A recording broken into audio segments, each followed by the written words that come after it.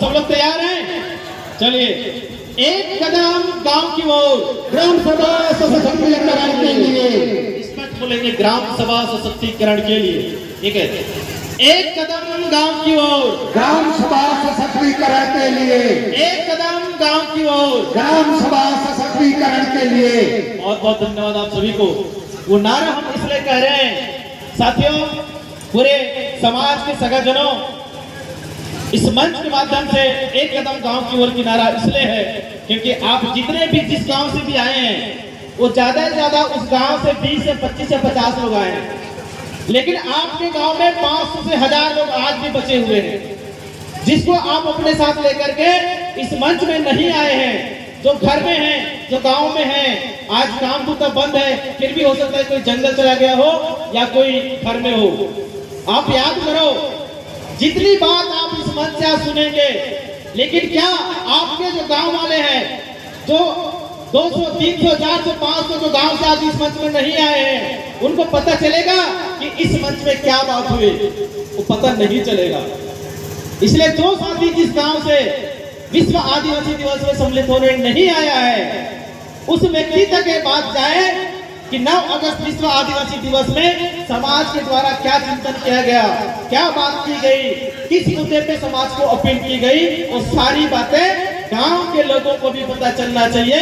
इसलिए आप सभी को एक नारा दी जा रही है कि एक कदम गांव की ओर ग्राम सभा सशक्तिकरण करने के लिए जो भी बात आपको इस मंच में बताया जाएगा, वो सारी बातें आप लोग जब शाम को अपने गाँव जाओगे, अपने घर जाओगे, अपने परिवार के साथ मिलोगे, तो अपने गांव के अपने सार, दोस्त, भाई बहन, माता पिता, सगा समाज के साथ आपको बैठना है और इस मंच में जो भी बात होगी इस बात को अपने गांव के लोगों तक पहुंचाना है। इसीलिए है जो व्यक्ति गांव से इस मंच तक नहीं आ पाया, उस व्यक्ति तक हमको पहुंचना है और अपनी अधिकार की बात उन सबको बतलाना है। इसलिए वो नारा है एक कदम गांव की ओर ग्राम सभा सशक्तिकरण करने के लिए। मेरा 2-3 सवाल है समाज से, आप सभी से है और इस मंच से बैठे तमाम लोगों से है। आज हमने रैली नहीं निकाला, लेकिन पिछले कई वर्षों से हम रैली निकालते आ रहे हैं। इस बार बारिश होने की वजह से हमारे पास तख्ती नहीं है। आप सबको पता होगा, पिछले साल आप सब लोगों ने रैली में इतनी बड़ी बड़ी तख्ती पकड़ के निकले थे।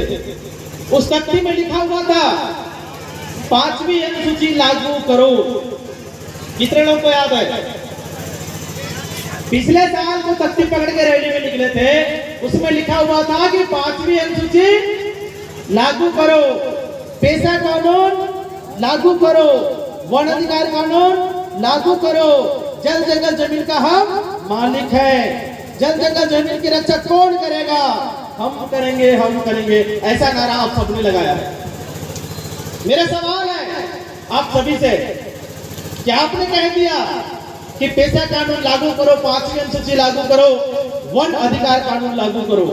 मेरा अपील है आप सभी से, यहाँ बैठे तमाम जनप्रतिनिधि, अधिकारी, कर्मचारी और गांव के लोग भी आए हैं, सभी पढ़े लिखे बुद्धिजीवी आए हैं। कितने लोग ऐसे हैं जो पेशा कानून की कितनी धाराएं हैं, कितने अनुच्छेद हैं, उसकी परिभाषा को कितने लोगों ने पढ़ा है?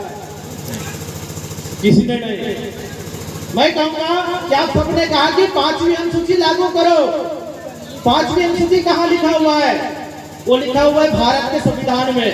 भारत के संविधान के अनुच्छेद 244(1) के पैरा 5, भारत के संविधान के अनुसूची 5 कितने लोगों ने पढ़ी है? किसी ने नहीं पढ़ी है। वन अधिकार कानून 2006, यहां में से जितना भी बैठे हैं वो किसी ने नहीं पढ़ा है। मैं इसलिए कहता हूं नहीं पढ़े हैं क्योंकि अगर आप हम सब पढ़े रहते तो इस मंच के माध्यम से, रैली के माध्यम से हम ये नहीं कहते कि 5वीं अनुसूची लागू करो, पेशा कानून लागू करो, वन अधिकार कानून लागू करो, जल जंगल जमीन को हमारा अधिकार है, हम ये नहीं कहते। क्योंकि साथियों आप सबको पता होना चाहिए, सामाजिक जनों को पता होना चाहिए कि जिस दिन भारत का संविधान लागू हुआ 26 जनवरी 1950 को, उसी दिन से आज से 75 साल पहले से 5वीं अनुसूची भारत में लागू है। ये बात आपके दिमाग में बैठ जाना चाहिए। 75 साल हो गए 5वीं अनुसूची लागू हुए, उसके बावजूद भी हमारा आदिवासी समाज कहता है कि 5वीं अनुसूची लागू करो। और कौन से कानून लागू करेगा भाई? जिस कानून को लागू हुए 75 साल हो गए, और उसी पेशा कानून को हम फिर कहते हैं कि पेशा कानून लागू करो।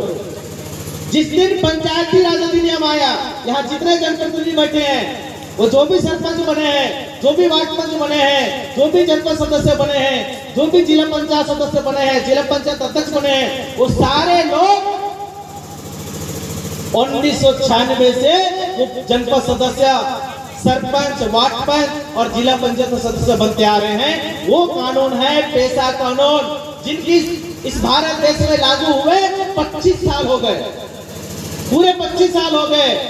और वन अधिकार कानून को लागू हुए पूरे 15 साल हो गए। उसके बावजूद भी हमारा समाज कहता है कि 5वीं अनुसूची लागू करो, पेशा कानून लागू करो, वन अधिकार कानून लागू करो। कौन करेगा भाई? सरकार ने लागू कर दिया आज से 75 साल पहले, सरकार ने लागू कर दिया आज से 25 साल पहले, सरकार ने लागू कर दिया आज से 15 साल पहले। सिर्फ अगर कमजोरी है तो हमारे समाज की कमजोरी है, जिसको हमने कभी पढ़ने का कोशिश नहीं किया, जिसको हमने कभी जानने का कोशिश नहीं किया, जिसकी वजह से हम रेडियो में कहते हैं पेशा कानून लागू करो, 5वीं अनुसूची लागू करो, वन अधिकार कानून लागू करो। ये गलत बात है। आपको धारणा होना चाहिए, अगर पेशा कानून लागू नहीं होता तो पूरे बस्तर संभाग में सरपंच आदिवासी नहीं बन सकते। अगर पेशा कानून लागू नहीं होता तो पूरे जिला पंचायत अध्यक्ष आदिवासी नहीं बन पाते। अगर पेशा कानून लागू नहीं होता तो पूरे बस्तर संभाग में जनपद सदस्य, जनपद अध्यक्ष आदिवासी नहीं होते। ये हमारी समझ की कमी है। इस बात को हमको समझनी पड़ेगी कि हमें कब और कहां और कैसे बोलनी चाहिए, और कब हमें अधिकार की बात कहां और कैसे करना चाहिए, हमको कहां मांगना चाहिए। बड़ी दुख होती है ये बात जान करके। आप सबको पता होगा, अगर किसी गांव में वन अधिकार पट्टा नहीं मिला है, किसी व्यक्ति को अगर वन अधिकार पट्टा नहीं मिला है, तो हमारे लोग सीधा आवेदन लेके कलेक्टर के पास पहुंच जाते हैं। किसके पास? कलेक्टर के पास। मैं पूछना चाहता हूं तमाम समाज के लोगों से, क्या कलेक्टर के नाम से हमारे कोटा जिला में जमीन है, जंगल है, पानी है, जो आपको आवेदन लगाने से दे देगा? नहीं दे सकता। 2006 में जब वन अधिकार कानून लागू हुआ पूरे छत्तीसगढ़ में, पूरे भारत देश में, आज से 15 साल हो गए। उस दिन से सरकार ने ये बोला कि आपके साथ जो भारत देश में निवास करने वाले जो आदिवासी हैं, उनके साथ साथ हरिजन और पिछड़ा वर्ग हैं, जिनको आज तक उनकी पैतृक भूमि को मान्यता नहीं दी गई थी। पूरे भारत देश का गठन बना, पूरा राज्य बने, जब जंगल का सीमा किया गया, उस समय आपको जीवन के लिए आपके रूप में पर्याप्त रूप में जंगल जमीन नहीं दिया गया। आपके साथ ऐतिहासिक अन्याय हुआ है। इस पैम्फलेट में लिखा हुआ है, लिख दिए हम लोग। ऐतिहासिक अन्याय कौन बोलता है? भारत देश के संसद, दिल्ली में बैठने वाले सांसद बोलते हैं कि आदिवासियों के साथ, उस गांव में रहने वाले पिछड़ा वर्ग के साथ, उस गांव में रहने वाले अनुसूचित जाति के साथ सरकार गलत किया है।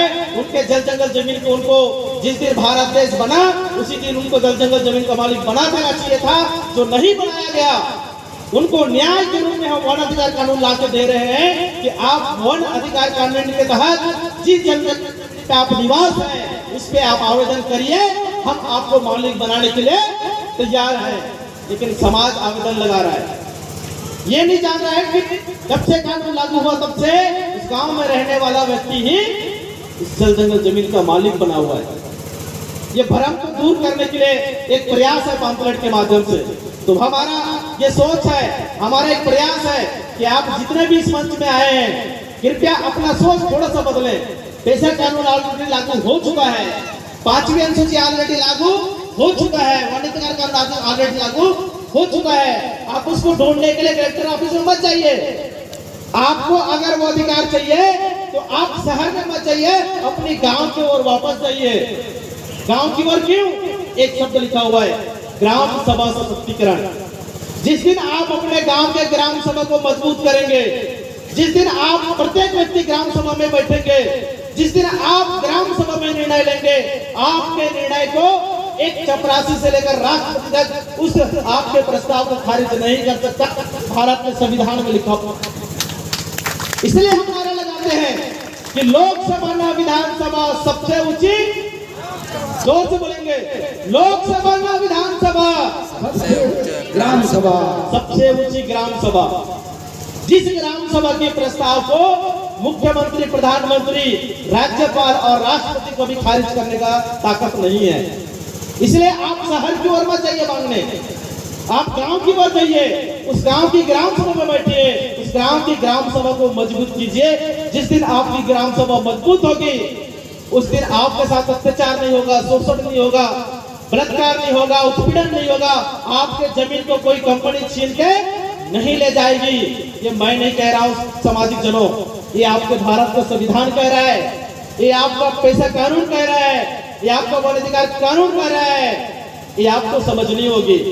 और दूसरी बात, बुरा ना माने इस बात को, क्योंकि हम लगातार इस बात को बोलते आए हैं। यहाँ पे हमारे आदिवासी समाज के अलावा ओबीसी समाज के लोग भी बैठे हुए हैं, हमारे पिछड़ा वर्ग समाज के लोग भी, मुख्य सामाजिक लोग बैठे हुए हैं, अनुसूचित जाति के शेड्यूल कास्ट के हमारे सामाजिक जन भी बैठे हुए हैं। मैं आप लोगों से थोड़ा सा उस बात को आपके सामने रखना चाहूंगा। ये किताब है छोटी सी, अगर देखेंगे तो बहुत मोटी है, अगर पढ़ेंगे तो मात्र 2.5 पेज का है। अंदर में मैं फ्लैग लगा दिया हूँ। ये कहीं की पुस्तक नहीं है, ये आपके प्रत्येक ग्राम पंचायत में मिलने वाला पुस्तक है। जो भी सरपंच बैठे हैं, जो भी सचिव होगा, जो भी वार्ड पंच होगा, जो भी जनपद सदस्य होगा, जो भी जनपद अध्यक्ष होंगे, जो भी जिला पंचायत अध्यक्ष और जिला पंचायत सदस्य होंगे, वो सभी के ऑफिस में पुस्तक रखा हुआ रहता है। इसी पंचायती राज अधिनियम पुस्तक में सारे कानून के अधिकार की बात लिखा हुआ है, जिसको हमें कहीं जाके मांगने की जरूरत नहीं है। पिछले दिनों में एक बात आई थी सामने में, वो बात है हमारे अनुसूचित जाति समाज के लोग और हमारे पिछड़ा वर्ग समाज के लोग पेशा कानून के विरोध में रैली निकाले थे। अन्यथा नहीं लेंगे, समझने की जरूरत है। जितने भी हमारे तेली, किलार, लोहार, राउत, जतीपी, मरार, कुम्हार, जितने भी लोग हैं, वो सारे लोगों ने कुंडा गांव में और चारामा में एक रैली निकला था। किसके विरोध में? पेशा कानून और 5वीं अनुसूची के विरोध में। उनका एक मांग था कि 5वीं अनुसूची को हटाया जाए, पेशा कानून को हटाया जाए। जब उनके मुखियाओं से बात हुई तो उसके बाद उसमें संशोधन किया गया। यह संशोधन किया गया कि 5वीं अनुसूची को 5वीं अनुसूची क्षेत्र में ओबीसी को शामिल किया जाए, पिछड़ा वर्ग को पेशा कानून क्षेत्र में और लागू हुआ है, जिसमें हमको सम्मिलित किया जाए। ये 2 बातें थी। ये बड़ी अजीब लगता है जब इस बात को हम सुने तब। बात ऐसा हो गया कि मैं मेरे ही बाप से पूछ रहा हूं कि तू आप मेरे को अपने बेटा का दर्जा दो। एक ऐसा बात होगा, हंसने वाला बात नहीं होगा। मैं ही मेरे बाप को बोल रहा हूं कि बाप तू मुझे बेटा का दर्जा दो। एक ऐसा बात होगा, मतलब मेरे बाप से मैं मांग रहा हूं कि आप मुझे बेटा का दर्जा दो। भाई जिस दिन से आप उसके क्रिया से आप पैदा हो गए माँ के कोख से, उसी दिन आप उस बाप के क्या हो गए? संतान हो गए, आप उसके वारिसन हो गए। वैसा ही जिस दिन से बस्तर में, पूरे छत्तीसगढ़ में, भारत में जो अनुसूचित जाति और अन्य पिछड़ा वर्ग जो निवास रहता है, जिस दिन से वो पैदा हुआ है, ऑलरेडी वो 5वीं अनुसूची में जी रहा है। वो ऑलरेडी पेशा कानून क्षेत्र में जी के खा रहा है, उसको अलग से सम्मिलित करने की जरूरत नहीं है। और सबसे बड़ी बात, एक बात और था उसमें, वो बात है कि पिछली मांग था कि अभी पिछड़ा वर्ग समाज के सगाजन सरकार से मांग कर रहे हैं कि हमको 27% आरक्षण दिया जाए। 27% आरक्षण की मांग पिछड़ा वर्ग समाज कर रही है। यहाँ बहुत सारे पिछड़ा वर्ग भाई बंधु लोग बैठे होंगे, सामाजिक जन भी बैठे हैं। मेरा एक आप लोगों को एक निवेदन है, मेरा एक निवेदन है सामाजिक जनों से कि भारत देश के ऐसा कौन सा कानून है जिसमें त्रिस्तरीय पंचायत में अनुसूचित जाति और अन्य पिछड़ा वर्ग के भाइयों को रिजर्वेशन की बात की है। मैं आप सभी से कहना चाहूंगा, साहू भैया भी बैठे हैं, आप सभी लोग से हम लोग बैठे हैं, भारत के संविधान की कोई भी किताब उठा के देख लो, ऐसा कौन सा कानून है जिसमें अनुसूचित क्षेत्र के 5वीं अनुसूचित क्षेत्र के त्रिस्तरीय पंचायत में उनको रिजर्वेशन का प्रावधान है, आरक्षण का प्रावधान। आप सबको पता होगा बड़े राजपुर ब्लॉक में जनपद के जनपद कौन है? कौन है जनपद उपाध्यक्ष? श्यामा साहू। वो आदिवासी है कि हरिजन है कि पिछड़ा वर्ग है? पिछड़ा वर्ग है। जिला पंचायत उपाध्यक्ष कौन है? कोंडागांव जिला पंचायत उपाध्यक्ष कौन है? हाँ, पटेल। कौन से समुदाय से हैं? वो भी पिछड़ा वर्ग समाज से है, ओबीसी से है। आज विश्रामपुरी गांव में उप सरपंच है, वो कौन से समाज के हैं? ओबीसी पिछड़ा कलार समाज से हैं।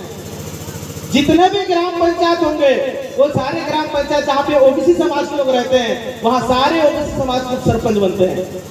प्रत्येक आदिवासी क्षेत्रों के जो जनपद के उपाध्यक्ष होते हैं वो पिछड़ा वर्ग के लोग बनते हैं। जिला पंचायत के जितने भी उपाध्यक्ष पद होते हैं वो पिछड़ा वर्ग के लोग बनते हैं। मैं आज आप लोगों के सामने चैलेंज कर रहा हूँ कि भारत देश में ऐसा कौन सा कानून है जो पेशा और 5वीं अनुसूचित क्षेत्र में ओबीसी लोगों को त्रिस्तरीय पंचायत में आरक्षण की बात करता है।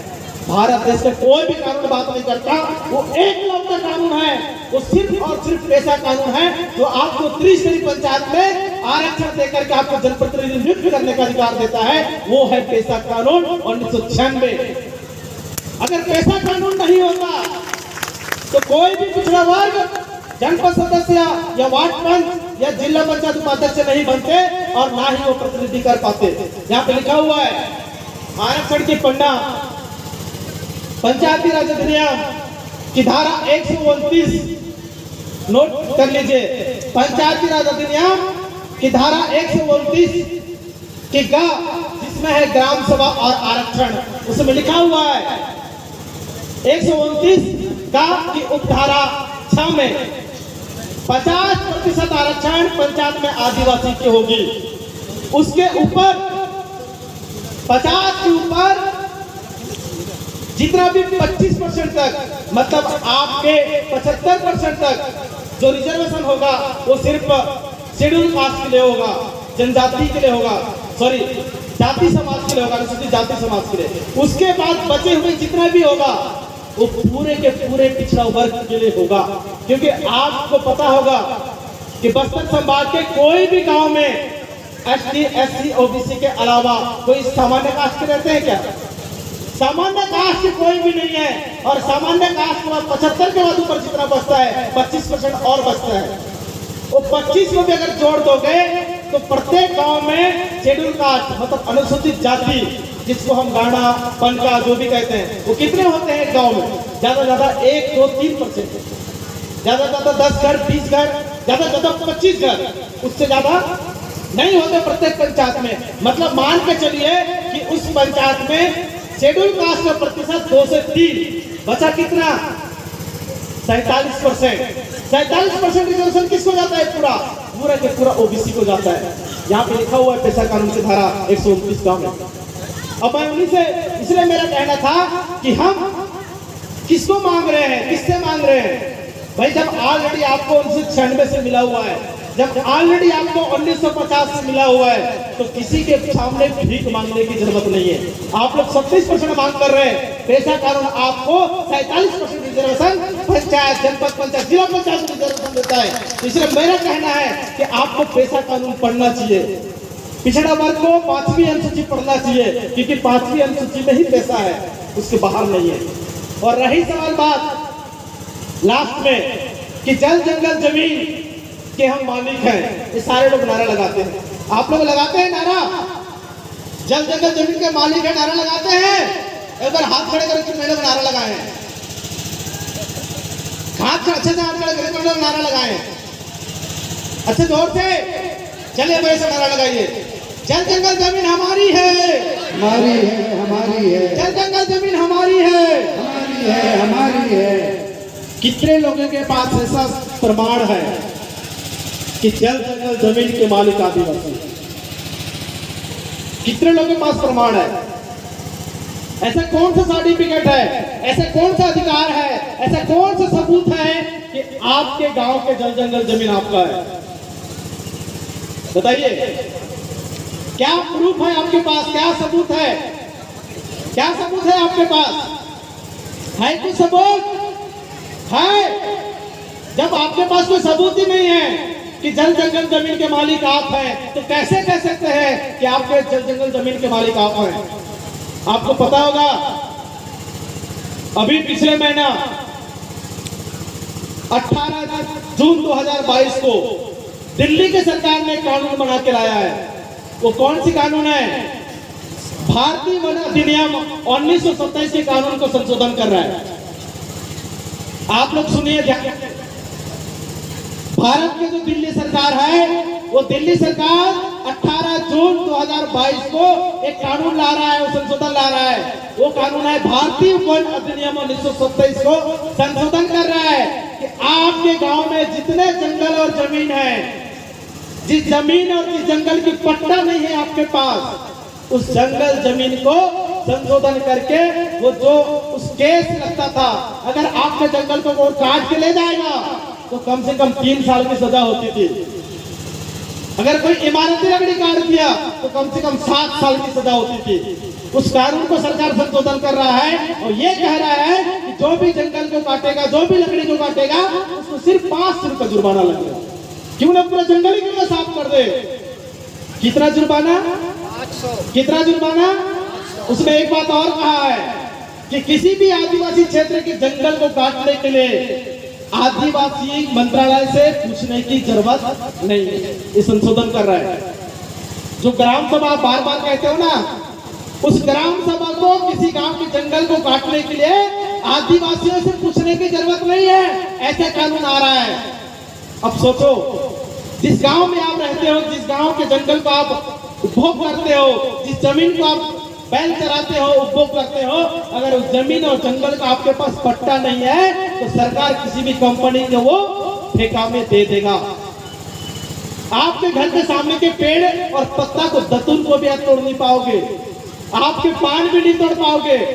आपके नवाखाने में जो कोरिया पत्ता का उपयोग करते हो, वो कोरिया पत्ता भी आप तोड़ नहीं पाओगे। इसलिए सरकार ने 2 महीने का समय दिया है कि अगर किसी को आपत्ति है इस कानून में तो मुझे आपत्ति करे।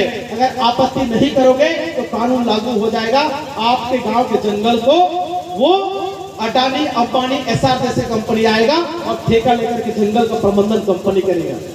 इसलिए मेरा अपील है समाज से, इसलिए हम लोग का एक नारा दिए हैं, एक कदम गांव की ओर ग्राम सभा सशक्तिकरण के लिए। अभी भी ज्यादा समय नहीं बचा है, बहुत कम समय बचा है। जितने लोग अपने अपने गांव में वन अधिकार मान्यता कानून,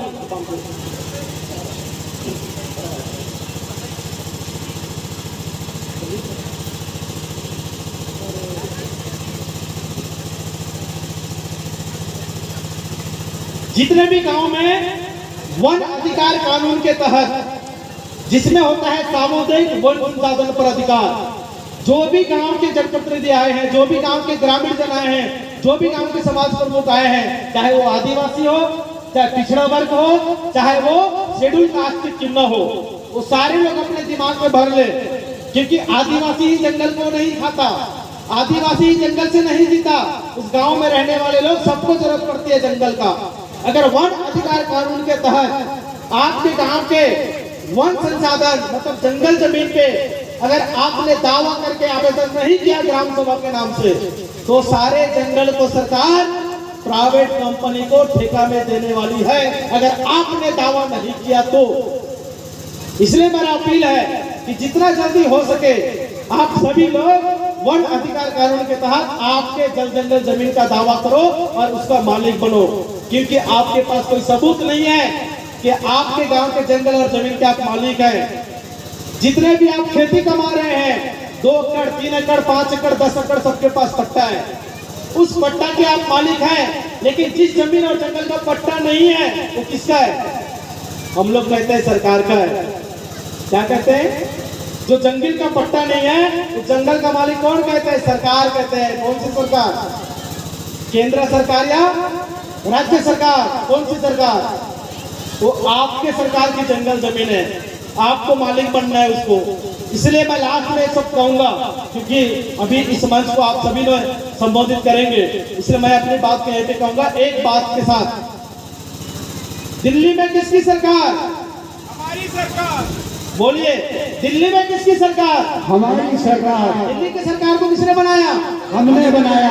कि आपने वोट डाल के आपने बनाया है, इसलिए दिल्ली की सरकार हमारी सरकार, रायपुर की सरकार हमारी है, और ग्राम पंचायत की सरकार हमारी। गलत बात। दिल्ली में हमारी सरकार, छत्तीसगढ़ में हमारी सरकार, हमारे गांव में हम ही सरकार। क्या समझे? चलिए बोलिए सब लोग एक बार, ताली मत बजाइए, अधिकार को जानिए।